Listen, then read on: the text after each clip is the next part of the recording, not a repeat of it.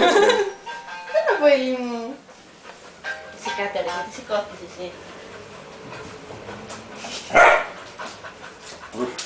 Φοβάται, βέβαια. Αυτό είναι το περίεργο, ένα βήμα μπροστά και δύο πίσω.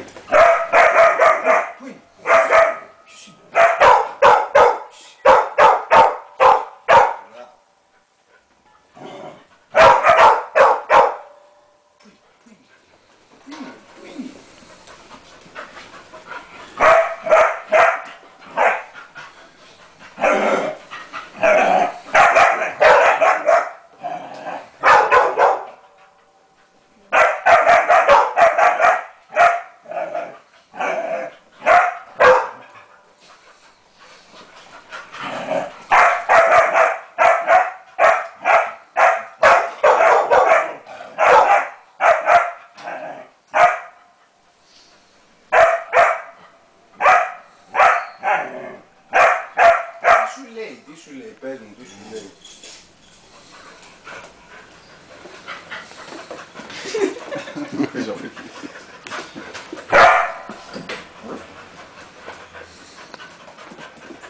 Έλλη, γάβεις.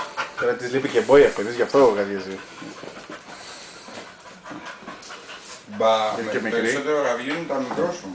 Επειδή φοβούνται, ρε. Ναι, αυτή τώρα δεν το κάνει, δεν νιώθω ότι είναι μικρόσωμα. Καταλαβαίνει την ηλικία της, βέβαια. Γιατί την αφήνεις τώρα.